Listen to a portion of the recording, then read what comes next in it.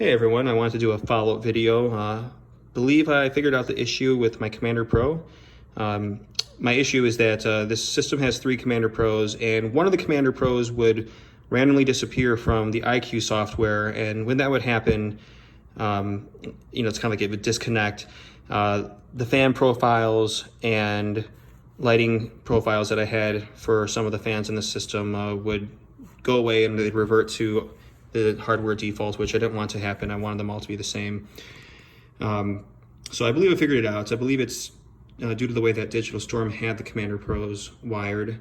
Basically, so there are 3 Commander Pros. There's one located behind this radiator here.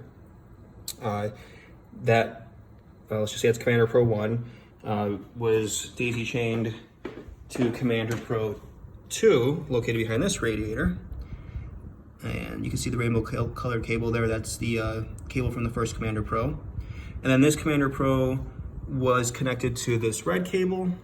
And that red cable connects to the motherboard right over here. So the red cable originally was Commander Pros 1 and 2. And then Commander Pro 3 is the black cable to the left of the red cable.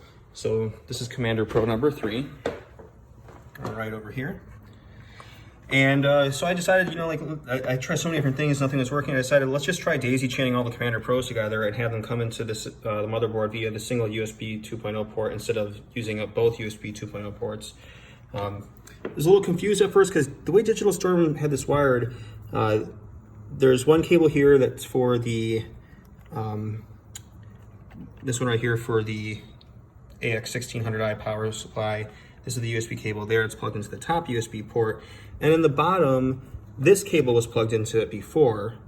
And I don't even know what this cable is for because there aren't any other Corsair parts.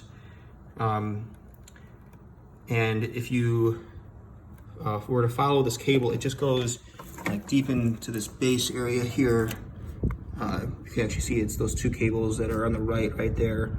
I can't tell what it goes into. I'm gonna have to email Digital Storm to find out, because I would like to know. But I just swapped things around. So instead of having this dual cable connecting into the Commander Pro in the bottom slot, I just swapped it so that the cable coming out of this Commander Pro here now connects into the second USB slot here. And that way, all 3 Commander Pros are now entering the motherboard via the single black cable on the other side that I showed you earlier.